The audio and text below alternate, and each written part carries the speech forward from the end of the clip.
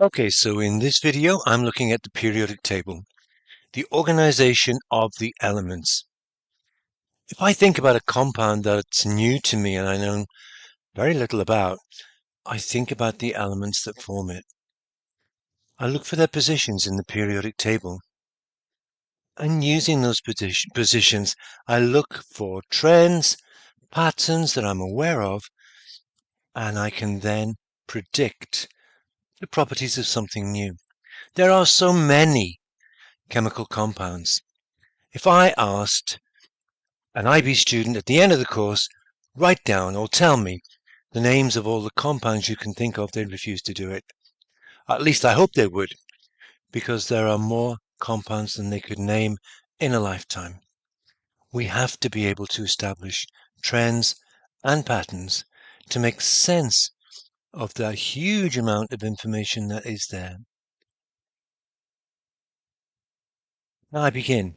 The periodic table is arranged in order of increasing atomic number. The reason I've highlighted that one is because I've seen it asked in past papers, and if you know a little about the table, it's easy to say. I look at the first row. I always liken looking at the table to reading a book. Go left to right, go from top to bottom. H number 1, HE number 2, next line. Li number 3, Be number 4, across, B number 5, 6, 7, 8, 9, no guessing. Ne will be number 10. Next row, Na is number 11, Mg number 12, and so on. But to remember, as simple as that, the periodic table is arranged in order of increasing atomic number. And the position of an element is dictated by its outer electrons. Hold on a minute. Atomic number tells us the number of protons in the nucleus. And I'm claiming the position of an element is dictated by its outer electrons. It's because for every proton in an atom, there is an electron. Li, lithium, number 3. Atomic number 3, 3 protons, but it also has 3 electrons. How are they arranged? 2 in the first energy level, 1s2, and then 2s1. Mg, I haven't labeled, but it's next to Na, atomic number 12. Electronic configuration would be 1s2, 2s2, 2p6, 3s2. Yep, I can use the table alone to find out the complete electronic configuration of the atoms of any element. Group number shows us the number of electrons in the outer shell. So lithium Li is the beginning of group 1, and below it Na, K, Rb, Cs, all elements in group 1. So when an atom of any of those elements collides with another atom, it's one electron in the outer shell that's actually doing the colliding. When they collide with atoms of other elements, what happens is really very similar because of the number of electrons in the outer shell. We begin to see how useful this can be. Period number shows us the number of occupied shells. I'm using that word occupied deliberately. The shells are just regions of space. They're always there. It's whether or not they contain electrons. And those two trends enable us to predict the properties of elements. The table itself consists of groups, periods, and also blocks. Another very simplified version. I haven't even bothered to put in the atomic numbers. I don't need them. We're looking at group number 1, 2, all the way to 18. Group numbers are indicated, noting boron and aluminium are in group 13, not group 3. I see them here. Group 13 in red, B and Al are there. It's because the IUPAC decided on this convention. Reason for that being, scientists from all around the world, if they're using the same convention, they're using the same language, communication's easier. Period number again is the row of the periodic table.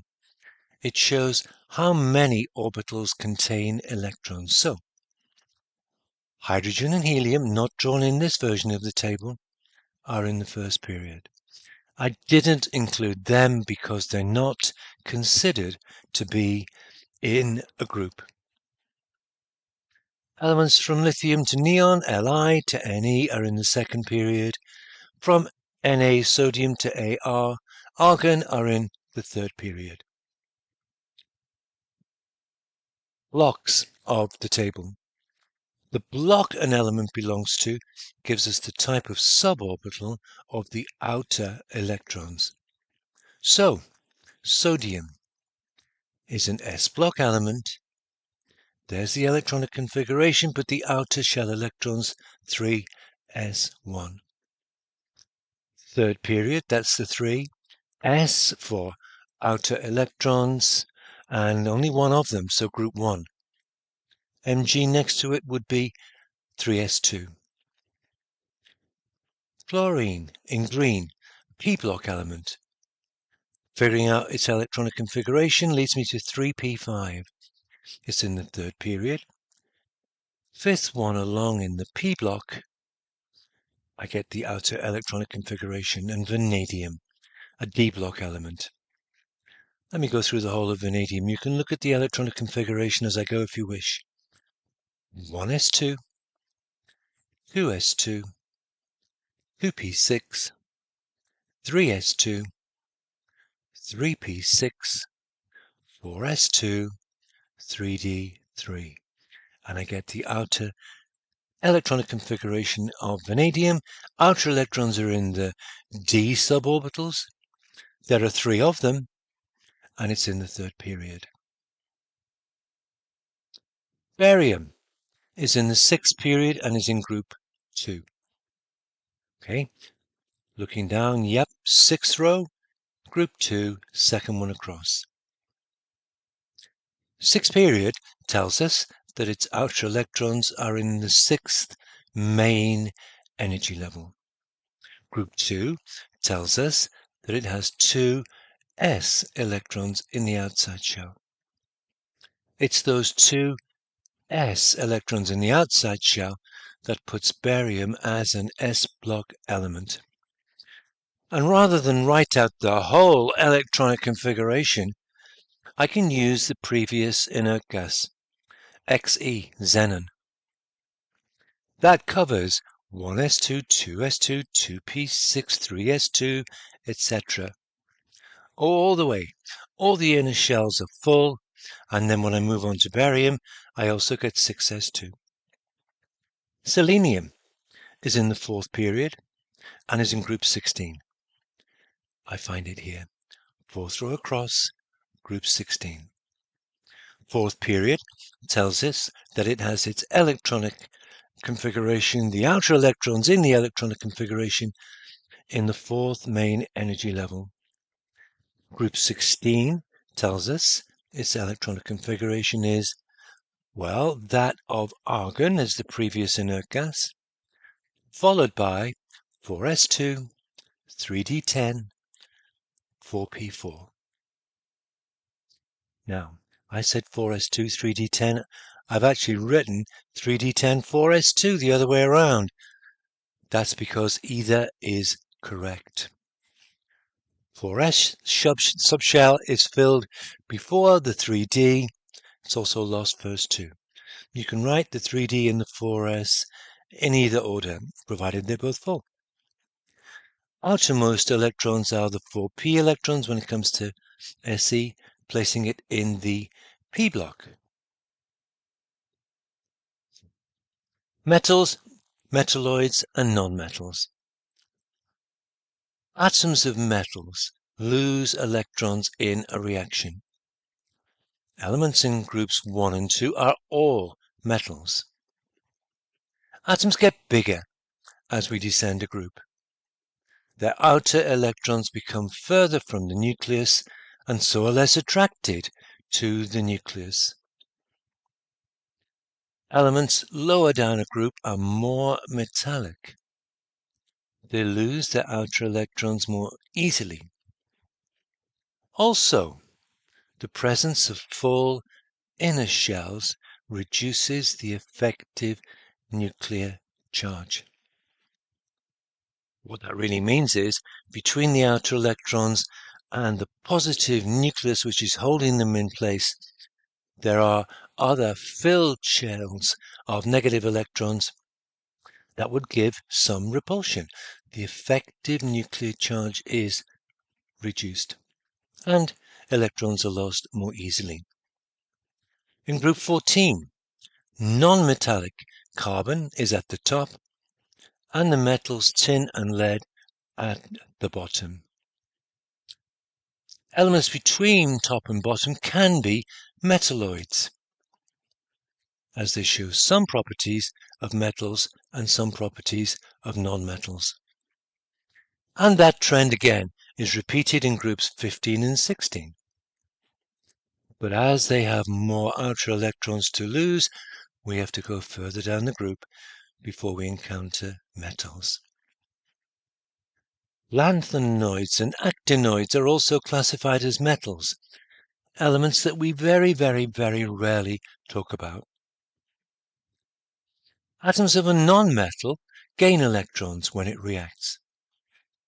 For that reason, the elements in group 17 are all non-metals. Elements in group 18 are inert gases. Some will react under extreme conditions, and when they do, they always gain electrons. So the group 18 elements are also classified as non-metals, and here's my classification.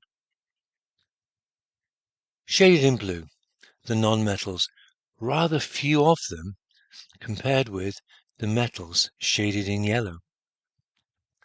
We looked at group 4, carbon at the top, a non-metal.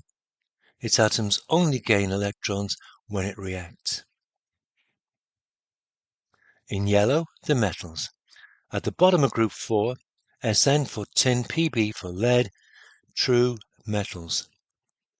Between them come Si and Ge, halfway between where we find non-metals at the top, metals at the bottom. And predictably, they have some properties of metals, some properties of non-metals, classified as metalloids. To recap a little, metal atoms lose electrons in a reaction. Elements towards the left of the table or lower down a group tend to be metals. We see it with the shading in yellow. Atoms of non-metal gain electrons when it reacts. Elements towards the right of the table or higher up a group tend to be non-metals. Metalloids are found between the metals and the non-metals. Some groups, common names. Group 1, we call them the alkali metals. Very good reason. Their oxides and hydroxides form alkalis. Group 17 are the halogens. Group 18 are the noble gases. Transition elements are D-block elements, and my lanthanides and actinides are F-block elements. Recap a little, go back just for a second. I see La, 57, lanthanum. On the bottom of the table, Ce, number 58. Everything from Ce across to Lu is a lanthanoid. The little star is very handy. AC leads me to the actinoids. AC 89 leads me to 90 and across from TH to LR. They are the actinoids. Some groups have common names. Group 1 are known as the Alkali metals, very good reason for that. Their oxides and hydroxides react with water to give alkali solutions. Group 17 are the halogens. Group 18 are the noble gases. Transition elements are D-block elements. And my lanthanides and actinides are F-block.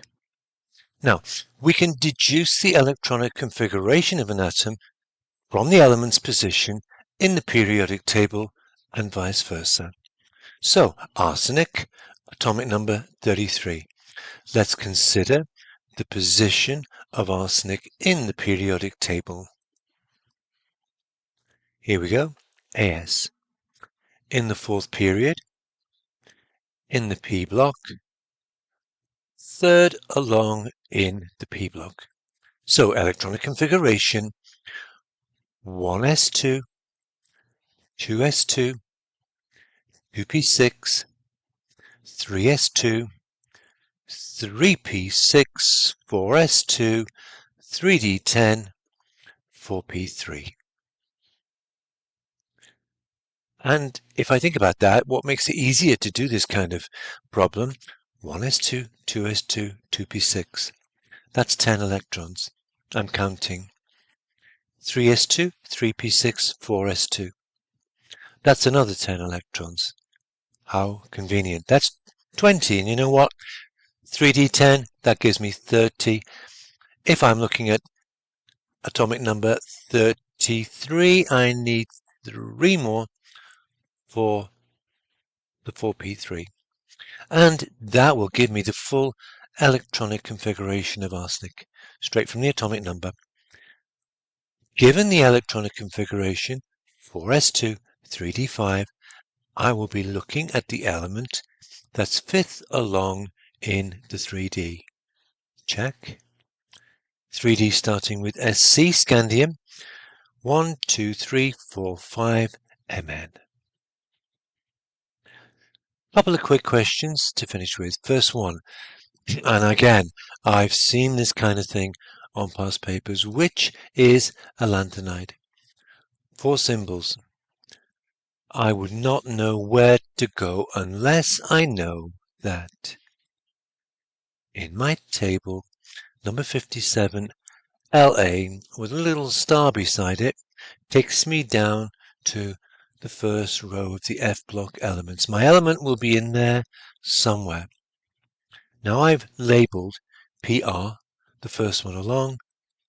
How lucky. PR is one of the options.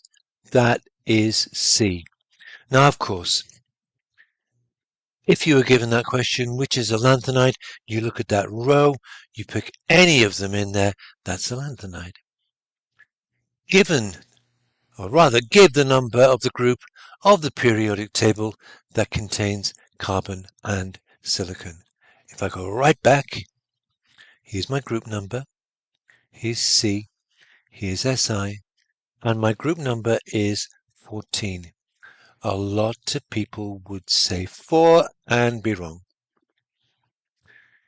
Distinguish between the terms group number and period by referring to the arrangement of electrons. Well, group number, the number of electrons in the outer main shell. Period number, the number of occupied main shells.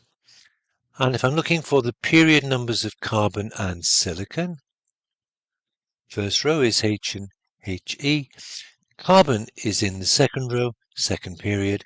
Silicon in the third row, third period. Give the chemical symbol of the halogen in the fourth period again. Period 1, H and He. Period 2, 3, 4, symbol Br. Okay, finally, the organization of elements in the periodic table guided the discovery of new elements. I'll give you an example. Dmitri Mendeleev proposed the periodic table in 1869. The element germanium was discovered in 1886. He knew nothing about it. Now, when it comes to germanium, I put down group 14 here. This is group 14 today. Carbon, looking down, Si, there's Ge, Sn, Pb. So Ge between Si and Sn. We know that now. We didn't know it then, or he didn't know it then. Mendeleev left a gap in group 14, and he accurately predicted the properties of germanium, which were confirmed when it was discovered. That added a lot of weight to his proposal of the periodic table. That's it. If you got anything out of that, please hit like and do subscribe. You'll then get to know when there's more content coming out.